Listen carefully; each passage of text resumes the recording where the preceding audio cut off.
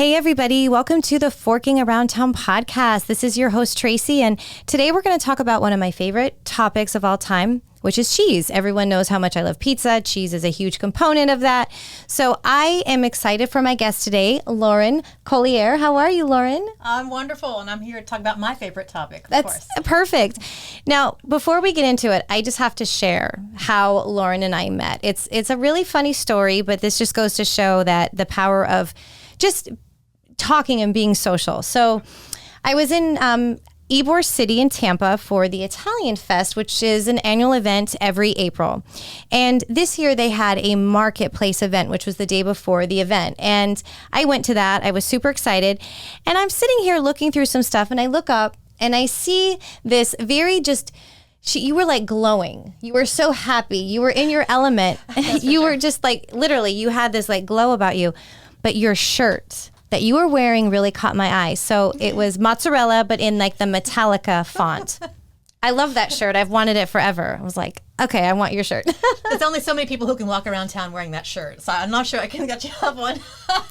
I know. But honestly, it was funny because I saw that shirt, and I forget his name, but there's a very famous pizzeria owner out of San Francisco that has that shirt, and he wears it sometimes. He was wearing it in Vegas. I'm like, I want that shirt. So when you saw it, I was like, okay, I'm talking to her. There's a version of the shirt that's even better. So it's got the mozzarella, like the Metallica logo, yeah. Right? But then instead of Master of Puppets, it says Master of Cheese. I love that. So I came across that recently. It's very cool. I need to get that. Yeah. I swear I'm not copying you. Just kidding. But anyway, so yeah, we started talking, and I got to know a little bit about her, and we've been following each other on Instagram, and I'm honored to have you. So thank you for coming in today. I appreciate it. Thank you for inviting me. Anytime.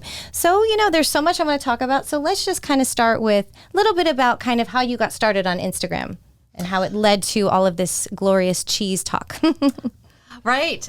So I was acting as a cheesemonger in a part-time job last summer. Okay. And it was very, very part-time, only a day or two a week on the weekends. Mm-hmm. And my favorite part is talking to customers and helping them pick out cheese and just talking in general about Italian products, because I was in an Italian market. And I loved it so much that I felt like there was more to say. And there's only so many customers I can talk to on those limited days of the week. And so I said, you know what, I want to bring this information, my passion for cheese, to a larger audience. Mm-hmm. And I really had not been involved in social media for a while, even Facebook. Mm-hmm. And so I had to discover everything there was. Like, there's this whole cheese community. There's this whole world of people who are so into food, and who celebrate it and support each other. And so I just kind of dived right in last August, and I started an account called Your Cheese Concierge, because that was kind of the nickname I was giving myself when I was talking to customers. They would come in with questions, and in my history when I was dealing with cheese, I was called the cheese girl. Which, when you're in your 20s, maybe you can be called the cheese girl. But I'm not in my 20s anymore. Maybe I shouldn't say how old I am, but a girl didn't fit anymore. Some various people call me things like the cheese goddess, and I'm not sure about that one either. But I love it. Your Cheese Concierge just felt right to me. I like it. It's classy. It's classy. It's like, let me go out there and try these things. I'll eat those calories for you. I'll kind of assimilate it in my mind, and then when I talk to you, I can help point you to things that you're going to like based on what you're saying you've already had. Or, we play games like Guess That Cheese. Like, hey, I was in such and such country eating this cheese, and I can't remember what it was called. And so we go through the game of trying to identify cheeses. So that's where the name came from, Your Cheese Concierge. I love it. I probably would not be very good at that game, because that's one thing. I love cheese, but I have a lot to learn, and I'm glad I've gotten to know you, because I'll be hitting you up with questions, I'm sure, throughout the holidays. Well, there's a lot to learn. Yeah, there is. There really is. And the beauty of it is I'm learning all the time, and that's why it keeps me coming back every day. I mean, every day. It's a fascinating subject, not only just to discover, all the things that are out there to try, all the different cheeses that you can try, the different ways you can eat them and combine them with things and use them as ingredient. But just to then start learning that layer deeper, like, where does cheese come from? And how long has it been made? Who's making it? Is there a culture behind it? Where the name come from? All these things. It's super fascinating, and all the time, I'm finding new things. And so it's great. No, that's awesome. The only real like cheese story I have that's even just the slightest bit exciting. Back in, I don't know, I'm just going to say 2009, 2010. I was, have you heard of Cruise Cellars in Tampa? They've got a couple locations. Okay. So I was at their main store, and this was, like I said, this was a long time ago, probably 14 years ago. I was there with some friends, and we were sampling some different cheeses, and I had the Barely Buzzed from Beehive. Oh, yeah. Cheese. I am not kidding you. That was a life-changing moment for me. As soon as I tried it, I had to have more. I'll never forget that day. It was so good. When I looked them up and saw they were in Utah, my dad was living in Utah at the time. So he's like, I go there all the time. And he went and talked to them and told them I was a fan. They sent me a big old box of cheese. And then I went back, I think a year later to Utah, and I actually got to go and visit with them. It was awesome. That's awesome. I haven't done that. But so you're speaking about Barely Buzzed, which was their experimental cheese. Basically, they make a base cheddar, and then they rub the outside with various things. Espresso and lavender. Exactly. So, I mean, they kind of had this wild idea to combine lavender with coffee on the outside of the cheese, and they weren't sure how it was going to go, but it just really took off, and now it's like the signature cheese you probably think of. It's their flagship, I think. Yeah. Oh my gosh, it works. And I was they had at the time, I'm sure it's changed, very small little place, and I think it was in the city of Roy, Utah, if I remember correctly. There's so many random names, but it was a great experience, and I just will never forget how friendly they were and passionate they were about their brand, and it just got me excited. So. Oh, passionate for sure. That was one of the accounts I discovered early on in playing in the Instagram world. They have the most fun social media out there. For almost any cheese producer that I can think of, every single day they're giving you glimpses of how they're making the cheese and highlighting the staff, and they have funny spins on things, and we'll do parodies and dress people up, and fun music and fun, stuff just like that. Really, really interactive, with their base, their customer base. So that was one of the first delights that I discovered on Instagram. So I'm glad you brought that one up. I was actually just thinking, I do have one more quick little cheese story. So Cabot Creamery, I actually, because of them, I am in love with running. And I know that's going to sound weird, but another just long story, very, very short. They were out here in Tampa at the Epicurean, and they did a cheese class. This was again 2017. So we spent the entire day with them. We tried all kinds of foods. They had cooking demos. We got to get into groups and build charcuterie boards. Well, they gave everybody that day an entry to the Gasparilla Run. You got to pick whatever distance. Okay. So I thought, okay, I'm going to try this. So I just signed up for a 5K. That day changed my life. It really just ignited a passion for running. And so I still have their shirt that I wore for that race, and I wear it for times when I need some good luck. And it was just great. So here I am, 6 years later, and probably 22 half marathons later. So thank you to them for inspiring me. That's awesome. So there's a group called the Cheese Leads that runs 5Ks. They do a 5K to raise money to give grants to people to have cheese education. I love that. And so, it's funny how these passions run together sometimes, But yeah, I won one of their grants based on the 5K that they put on. They just put one on in July. So that is awesome. Well, yes, now I'm starting to, now like the wheels are spinning in my head, because I'm thinking of all these ideas of running and cheese, and we'll get back to that. So now tell me just a little bit of a background on just like what made you fall in love with cheese. Oh, yeah. I know. It's a complicated story. And I come at it actually through music, if you can believe that. I can. So I started, learning violin, piano at an early age, and the instructions were in Italian. And so that kind of intrigued me. And so I started early on trying to learn some Italian, and that got me interested in Italian food. And as I progressed, I studied Latin because there was no Italian for me to study. And then, I did a small European trip when I was graduated from high school, which really, really ignited my interest for travel, for cuisine, European cuisine. Studied abroad in Florence, Italy. Then lived in Milan for a year. And so just seeing, cheese in the culture, the beautiful tradition that they have there, it was fascinating for me because I kind of grew up probably like most people here. Cheese was just an ingredient. You know, it was a block of thing that you buy in plastic wrap at the grocery store, or it's already shredded, or you just chunk it up and eat it with some crackers or something like that. Now, that being said, we're in a totally different place now than we were 20 years ago, or more than that, you know, when we were kids. And that's really cool that we're coming along like that, you know. I agree. And there's a lot of really great artisanal American cheese being made. There really are. So, yeah, I mean, I lived in Italy and, you know, saw all the beautiful Italian cheeses there. I ended up going to culinary school just for fun in Manhattan, which is a great place to study. I was going to say just for fun. But, well, again, life took a big fork in the road. I was in Italy teaching orchestra at a school outside of Milan. Wow.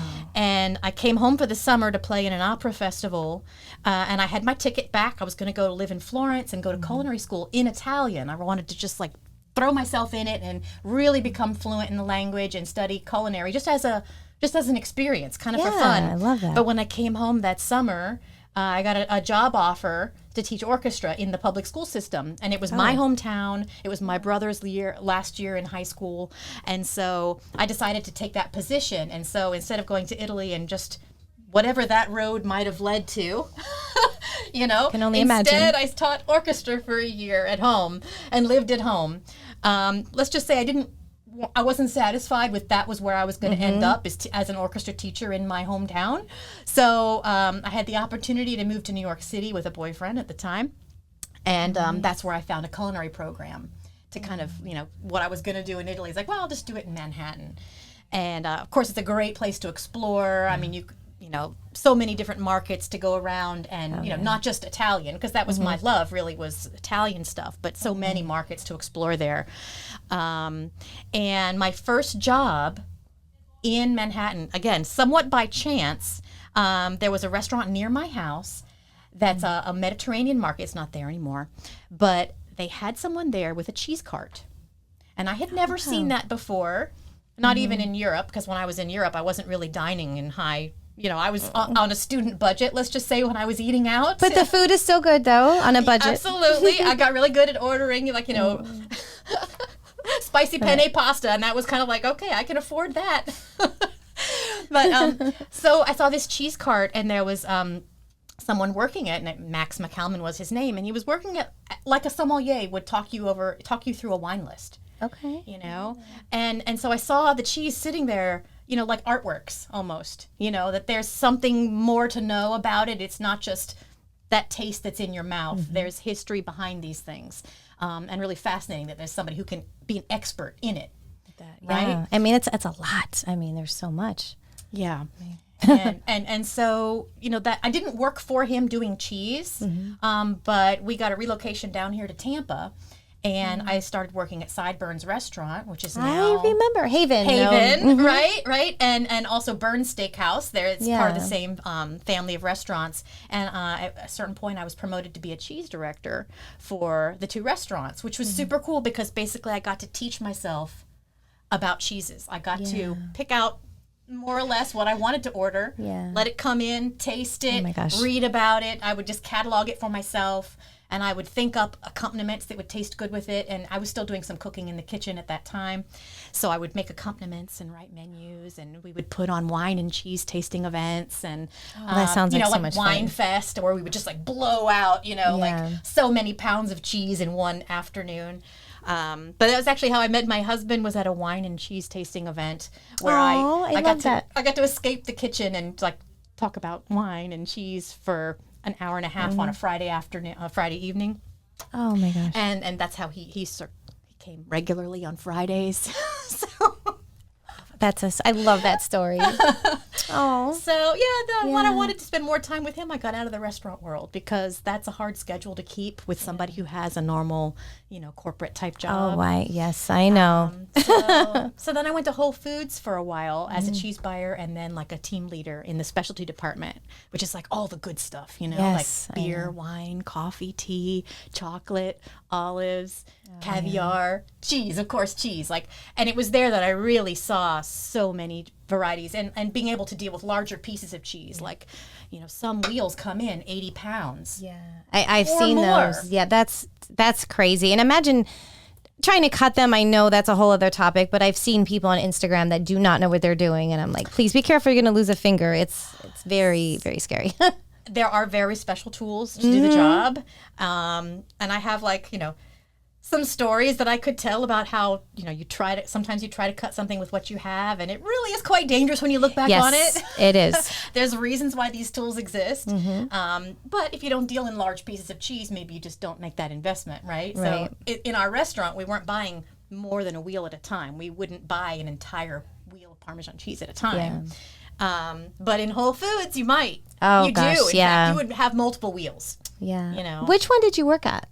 There was only one at the time, and it used to be Wild Oats. It was at Del Mabry. That was the first in Whole 275, Foods. Yeah, so this is going back a little bit. Okay. That was the first Whole Foods, and then they built one up in Carrollwood, and now they've closed down the other one and built the new one right here in Midtown. The new one's great. I've been there a couple of times. I love their pizza selection. I have to say, I walk in there, and it's like, oh, it's all right there. Yeah, Whole Foods is a great place to shop. It really is. Yeah. I've always loved them. Well, I have to say, though, I love that story about meeting your husband because it's true. I really believe that when you follow your passion, just those kinds of things just happen. I think that's really great. Oh, absolutely. Yeah. That's where I feel like I am right now. For a long time, I got out of food, and I was focused on raising children, and we actually got into real estate. And, I'm still doing my musician job. I'm in a symphony, and I play in string quartets and play weddings and things like that, and teach a lot of private lessons in my house. But food kept calling to me, and once my children were old enough to be in school for most of the day, I started to get back into food a little by little, a part-time way. Right now I just feel like I'm just flowing in it. The last year, new opportunities just kind of keep showing. It's very. I'm here today, for instance. Yes, right? I know. Based on the fact that I met you last April. I know. It's just funny how things happen. It really is. I was thinking about that the other day too. It's just, I've always been one to really stick to what I love, even if I can't. Like for me, social media, it's not something like my personal that I can really dedicate all my time to.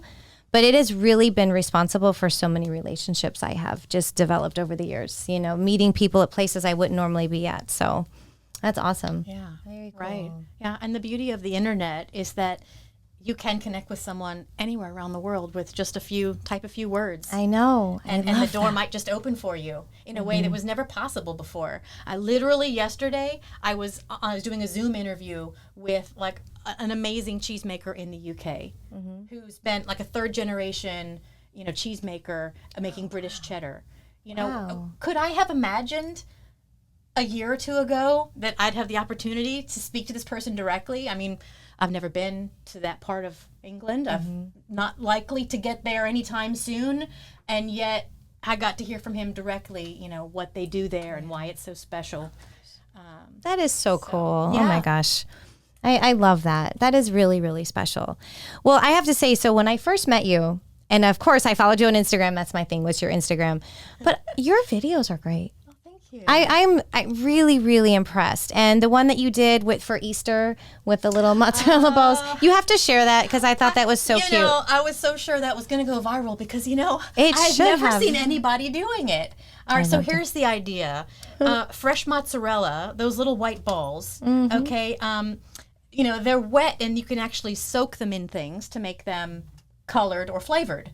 And I had never seen anyone do it, but if you put those little fresh mozzarella balls, I found the ones that were like little Easter, like little tiny the pearls, yes, pearls. But you could do it with any size. In fact, if you did it with a larger one, it might be neat because if you sliced it, just the outside would be colored, but the inside would not. It would look like the rind on a fruit or something. So anyway, I dunked them in beet juice to make a pink color, and like a turmeric powder with water to make yellow, and then I mixed those two together to make an orange. Yeah. And it was so adorable. There were these little pastel colors, and so the joke was in my video that I'd rather have these than jelly beans. Well, it's true. Which is not a joke because that's really me. I don't like candy. Give me cheese any day, savory over sweet. I love it. It was so innovative and creative. And I remember I bookmarked or I saved that video because I was like, I want to try that next year. And holidays too. I was thinking about Christmas time. They look like ornaments. Right. But it's healthy. It's healthy. And it was actually really tasty. The effect of those juices. It was all natural, right? I wasn't using any food dye or anything like that. But yeah, I love making videos because that's one way that I can put music together with my love for cheese. Because when you get the video, you get to set the mood with the music, and then you can, time the shots to the changes in the music. So I probably spend way more time editing than most than I do. That's okay. I'm the same way. It's like each one of them is like my own little project that I feel like, I'm not going to release it into the world until I'm happy with it. Oh. So each one of them is like my own little art project that I release, and I just have a lot of fun with it. Oh my gosh. Well, that's the whole thing about social media. You have fun, and when you're passionate about something, that fun just translates and it inspires people and gets them, to think in a more creative way. And so you got me already thinking about the holidays and what I'm going to do with cheese. Just saying. I've been already planning everything. So. Do you entertain at home? Or go to bring things with you to parties? I do. I have a couple of friends that do annual parties, and they always usually they'll ask me to do, I like making charcuterie boards. I'm not anywhere as talented as you are, but I do have people ask me to do that. So I always try to do something different each year. Okay. Well, where do you normally go to find some cheeses? I have to say Whole Foods is one. Yeah. Sometimes even Trader Joe's, they've got some unique stuff. And that's the beauty of it. Nowadays, there's really some nice cheese popping up in so many different places. There are. Even Publix has come along. Even Publix, yeah. Yeah. The beauty of going to a place like Whole Foods, not the only place that does it, of course, is the ability to talk to a cheesemonger. Yes. Okay, because, Trader Joe's has some nice selections at good prices, Aldi as well. Publix as well, but you don't get to ask that cheesemonger questions. That's true. And, a place like Whole Foods will give you samples. And hey, I like this. What else do you have? Or I'm looking for this. Maybe you don't have it. What would be similar? Right. Okay. Yeah. And so, the ability to talk to a professional about it, I think is, you're going to have a better experience that way. You're going to learn something, and you're more likely to pick things that you're going to love. Exactly. Your guests would love. Because there's nothing worse than just picking something and then you don't like it after spending a good amount of money on it. So I love the fact that you can really find what's going to suit your palate. And I was just thinking Mazzaro's is another place I love to go in St. Petersburg. Yeah. They have several hundred varieties of cheeses there, and a working staff usually right there in front of you that you can ask questions of. Yeah. But the other thing about talking to a cheesemonger is they can help you understand about how to handle the cheese, how to serve it, how to store it at home, and can help ease your mind a little about some things you might find on the cheese, if it's okay or not okay. Like, for instance, one of the things that happened, we were selling a cheese called Vault 5 that comes out of Jasper Hill Farm in Vermont, and it's a cheese it's actually aged, that will develop molds on the rind. Okay, so there'll be the discoloration at the rind, at the outside of the cheese. And depending on the block that you got, there might be a little mold on the outside, or like wetness or discoloration, depending on the piece that you got from the block. Okay, and if you just pick that piece up and take it home, you might think, well, in fact, I know that it happened. A customer brought the piece back in because they didn't understand that that's actually something to be expected on that cheese. Right. And it's okay. You could just scrape it off a little bit and nothing's going to be a problem with it. But a cheesemonger can help talk you through, what to expect and how to handle it and how to store it. Because otherwise someone else might think, I have to throw this away. It was a waste of money, and not understand that you can still consume it. So that's awesome. Yeah. I mean, mold actually does go kind of hand in hand with cheese. It does. I was just going to say. We're conditioned to think that it's something bad and dirty and, something that's not safe to eat when we see mold, but it's that the microbes are actually very, very involved in the process of making cheese. And without that, there is no cheese. That's right. The recipe for cheese is super simple from the outside. Yeah. If you look at it, it's milk, it's salt, it's something called cultures. Now, this is where it kind of gets fuzzy because that's where some of the artistry comes, is like all the bacteria that they add that help start breaking down the milk. And then rennet, which is what kind of helps form it into curds. Yeah. Not all cheeses have rennet, but so it seems simple from the outside, but it's actually the microbes that are doing a lot of the work to make it so delicious and complex. And so it's alive and breathing, and therefore sometimes some mold will start to pop up. I was going to say, it's okay though. It's okay. In most cases, you just can scrape it off and keep going. Yeah, I've done that. I've done that before. Okay, good. Don't throw it away. Yeah, no, especially some of the cheeses I've had that were very expensive. I'm like, I can still use it. I'm going to get every last penny out of this. I know. Yeah. And something that I get into, I'm so excited when I see cheeses if I'm out and about, and I'll buy something, and then before I know it, I end up having a lot of cheese in the fridge.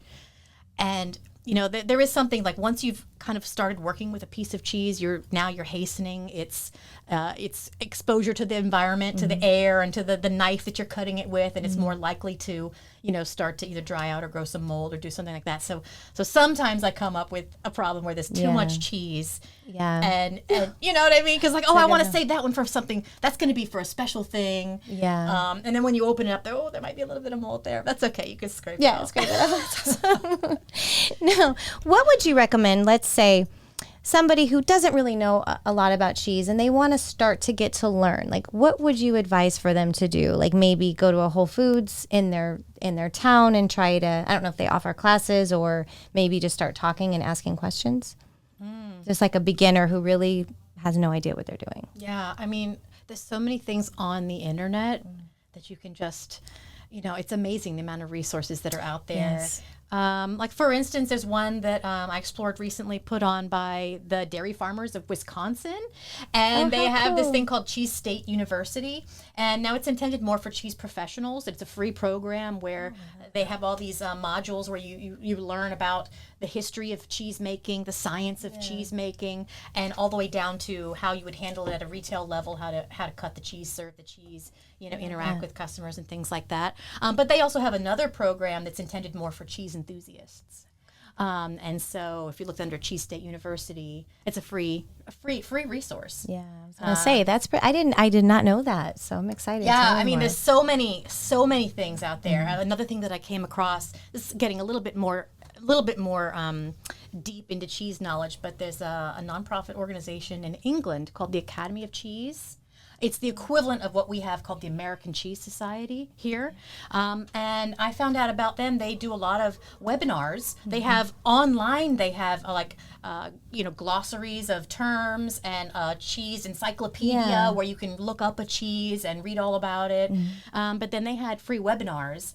And so I started logging into these Zoom webinars, and lo and behold, I could type a question, and a lot of times this cheese expert or cheese maker would answer my question in the interview. It was fascinating. I was going to say, I mean, that's so cool. I love that. Just thinking that you could actually have that conversation. Yeah, but absolutely free. An absolutely free resource. And, and anyone could do it. And through these webinars, they were putting on an event called the Affineur of the Year, which if you're not really a cheese person, you might not know what affinage is. Or who an affineur is. It sounds very French, right? Yeah. That's someone who kind of handles and matures the cheese. So it's somebody who makes the cheese. And it may be the same people who then take the cheese through the process of getting it to ripen until it's at the point where you can then sell it or ship it off to be sold. And so they know how to handle the cheese, and they wash it and they brush it and do all these things. And so they put on a competition, and they had different people taking baby cheeses and experimenting with them and documenting what they did to see how the cheese would turn out. I love that. And then they had a competition to see, whose cheese was the best. Everyone got the same batch of cheese. And through watching these webinars, I met someone named James Grant who ended up winning this year. His group, number 2 Pound Street, had the best Stilton, which is a blue cheese you've probably heard of, okay? And he came to the States for a cheese event here in New York City. It's called the Cheesemonger Invitational, which was like the geekiest of the geek. All the cheese enthusiasts and all the cheese community was there to watch cheesemongers cut cheese in like speed trials and weigh cheese and try to sell you on cheese. And they just had it was a blast. And of course it was like a massive buffet. And tickets were very reasonable for the amount of entertainment and food that you could. I was going to say that I would really love something like that. Yeah. Oh my God, that would be so much fun. But talk about like opportunities flowing, so I met James Grant. He comes to the States, and then he's talking to me about maybe getting trained so that I can teach classes through the Academy of Cheese. And now I'm working with him on an event that he has masterminded called the Great British and Irish Cheddar Challenge. Wow. The Great British. So Cheddar is a town in England, which a lot of Americans have no idea I about. I did not know that. It's a town, yeah. Wow. And so cheddar originates from England. Okay. And there's some beautiful history behind the kind of cheese they make. It's all wrapped in cheesecloth. It's made from raw milk. And the flavor profile of a British farmhouse cheddar is so different than, even though I love Cabot, the basic Cabot, it's not the same. The make is so different. I was going to say, I can definitely. The result is very, very different. Yeah. And so, I'm working with him on this event. We're going to put it on in Italy at the Slow Food Cheese Festival. Again, 4-day festival just for the cheese enthusiasts of the world. And he's going to put on a blind tasting of 6 different cheddars from around the UK. And we're going to televise it live, stream it to everything. And, some cheesemakers will participate and some cheese experts and some other people in the industry. How fascinating. I want to watch that. I think so. So, if you go to number 2 Pound Street, there'll be a link to the event itself. I think it's going to stream to Facebook and stream to Instagram and stream to YouTube. We're working through all the technical details of how to make that happen. But we're hosting it in Bra, Italy as part of the Slow Food Festival, which Slow Food, what does that sound like to you? A lot of people have not heard of this organization, but what comes to mind if I say slow food? I would think of just more natural.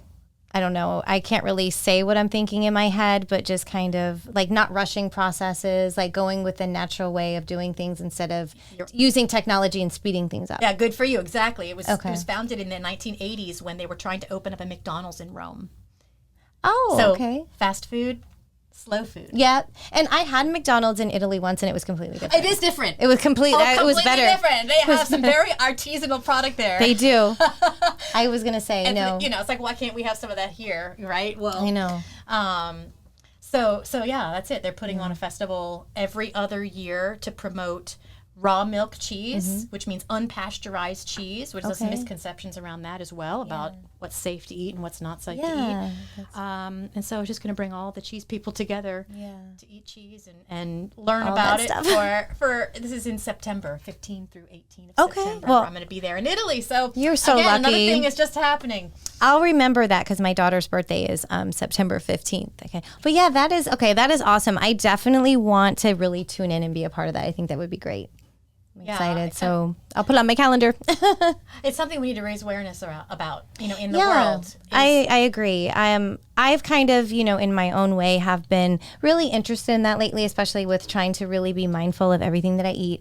I'm trying to really avoid processed foods for the most part. It is hard, but once you really start, making a point to do it, it makes it a lot easier. And I feel better when I don't consume a lot of processed things. Exactly. I know you're focused on, healthy living. It's great to see. It's great to see you online, the progress you're making. Oh, thank you. It's very inspiring. Thank you. I've come a long way, but food really, I had to really reevaluate my relationship with food because for me, it was always like the more I eat, the better it is. And it was all about, look at me, I'm eating all this pizza or this or that. And now it's like, I've just gone in a whole different direction. Yeah. I mean, part of the internet wants that shock factor. They want you, but we're now it's like our second nature. We expect that large portion, we expect to eat a lot. And so it's not really what's best for us, right? And so here's one thing I'd like to highlight is, people think healthy living is getting their protein in and having a protein bar or having a protein shake or something like that. But look at the ingredients that are in that thing, no matter, even if they're trying to do it in a more healthier version of it. I would argue if you took a 1 ounce piece of Parmigiano Reggiano cheese, you're going to get, it's like 9 grams of protein in an ounce of Parmigiano cheese. Yeah, and in some cases, less fat than you might have in that bar that's got chocolate and nuts and stuff like that. And all the other ingredients that you don't really know what they are. And again, what's the recipe? Milk, cultures, rennet, and salt. Yeah. So it's such a simple, natural product. Very satisfying. It's not going to make you crave more food. Like when you eat sugary things or things that are highly processed, your body's left very unsatisfied. I agree. Because it's very artificial. There's nothing there, You start eating some Cheez-Its or something like that. You want that cheesy taste. You start eating some Cheez-Its. You can't stop yourself because this food is engineered to taste so good to you. It's it becomes empty. addicting. It's very empty, so you're unsatisfied by it. Yeah. So this comes up a lot in the world of artisanal cheese too, is talking about the price point. And I can't afford that, or why should it cost so much more for this quality product? And well, yeah, the more expensive it is probably means it's more handmade, so it's more labor intensive with higher quality ingredients and things like that. But I say to people, I dare you to sit down and eat 4 ounces of that cheese, the equivalent dollar amount or whatever. Like you're going to pay, and that block of cheese might be $8 or $12, right? But like, okay, how much beer or wine can you drink in one evening? And you could down that in 2 pints. Yep. Okay. And have gotten zero nutrition for it. Exactly. Right? I dare you to eat $12 of cheese or $8 of cheese. You just won't do it. You won't. It's so satisfying. I agree. And so that's what that's my point is cheese, good quality cheese. You don't have to eat so much of it. Yep. And it's worth paying more, finding something nice, and talk to your cheesemonger so that you can find something that you are going to like. Better yet, if you can taste it before you buy. Yeah, I actually, one thing I like to do is if I love having cheese as a little snack. So I really do go out, and depending on my mood, I will spend money on something that is more expensive, but I really enjoy it.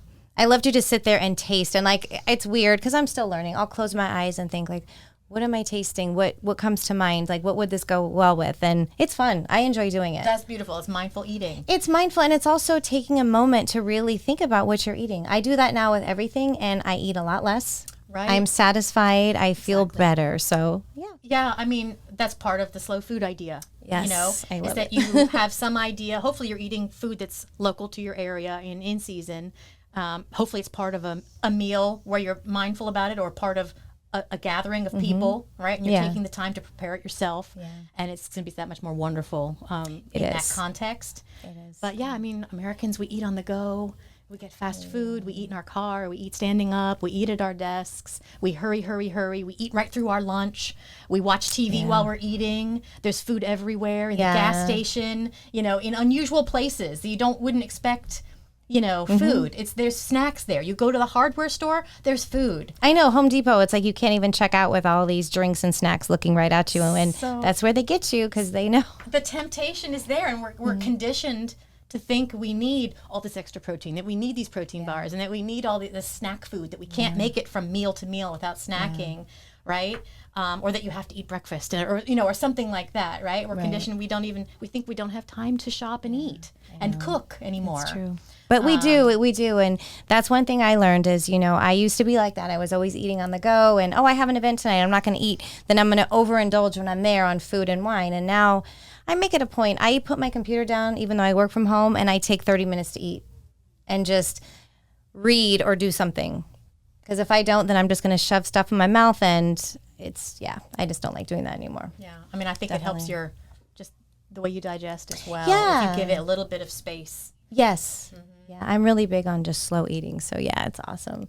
Well, anyway, I mean, you and I are going to have to do a few more episodes because I feel like there are so many things that we could just talk about. I'm already sitting here thinking I want to talk to you about this and this. So Tracy, next time I think I'm going to have to bring some cheese. Yeah, we should do a tasting. We can taste something together and talk about it a little bit. I think that would be so much fun. Yeah. I would love to do that. Yeah, and then really talk about different brands. Like I would love to bring my favorite cheeses, and maybe you bring a couple, and we can just kind of compare, and you can test my knowledge.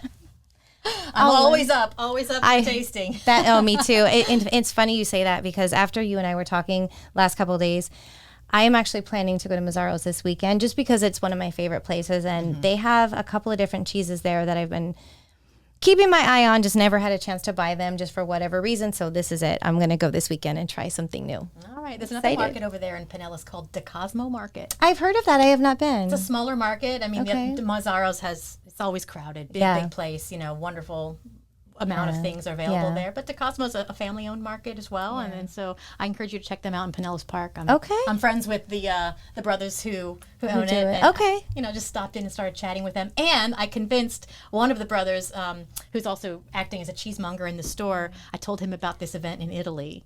and is of Italian. His parents, grandparents were Italian. He's the only one who's studying the language in the family. Yeah. And so I told him about this event, Slow Food Festival. Yeah. And he bought a ticket. He's coming. Oh my gosh, that is so amazing. Yeah. Wow. I mean, we're not going together, but I'm going to meet up with him. You'll be able to meet him there. Yeah. So, yeah, you never know. That is awesome. I'll definitely share on my social media channels more about this event so you guys can, I'll share the link so you can go click on it and everything. So, well, now tell me how people can find you on social media, because I want everyone to give you a follow and see what you're up to. Thanks. So on Instagram, I am Your Cheese Concierge. And then I started a YouTube channel recently, although mostly I'm still playing in Instagram. It's hard to kind of get the formatting different and spend the time making longer videos, but I want to do it. Yeah. So YouTube is also Your Cheese Concierge, Okay. With the spaces between the word, whereas Instagram is just One Your word, Cheese yeah. Concierge. Gotcha. Okay. Right. So those will be the primary places where you could find me. Perfect. Yeah. I'm going to subscribe to your YouTube. Yeah. I'm getting more into that world. All right, It's about time. There's some really cool videos on there about some cheeses from Jasper Hill Farm, which is a place that I visited when You I were won recently that grant. That's right. I saw I was so jealous. They're one of the OG artisanal American cheese producers here. They've been making, for like over 20 years. Actually, they just had their 20-year celebration. Oh, awesome. And they're doing everything right there. I mean, they raise the grass for the cows. They do the cheese making, they do the maturation. They built these caves, like literally vaults where they're aging the cheeses, and other people's cheese comes in and they take care of it for them. Oh my God, so it's beautiful stuff. Awesome. Well, thank you. I mean, thank you for taking the time to come and chat with me today. This is awesome. I'm excited. Yeah, you've got me inspired again about cheese and stuff. So I can't wait to have some fun this weekend at while doing some cheese shopping. Wonderful. That's the job of the cheese concierge, to get you excited. You're doing your job. Well, thank you, Lauren. And thank you, everybody, for listening. Don't forget, a new episode comes out every Friday on radioinfluence.com or wherever else you like to download and listen to your favorite podcasts. Have a great weekend and eat some cheese.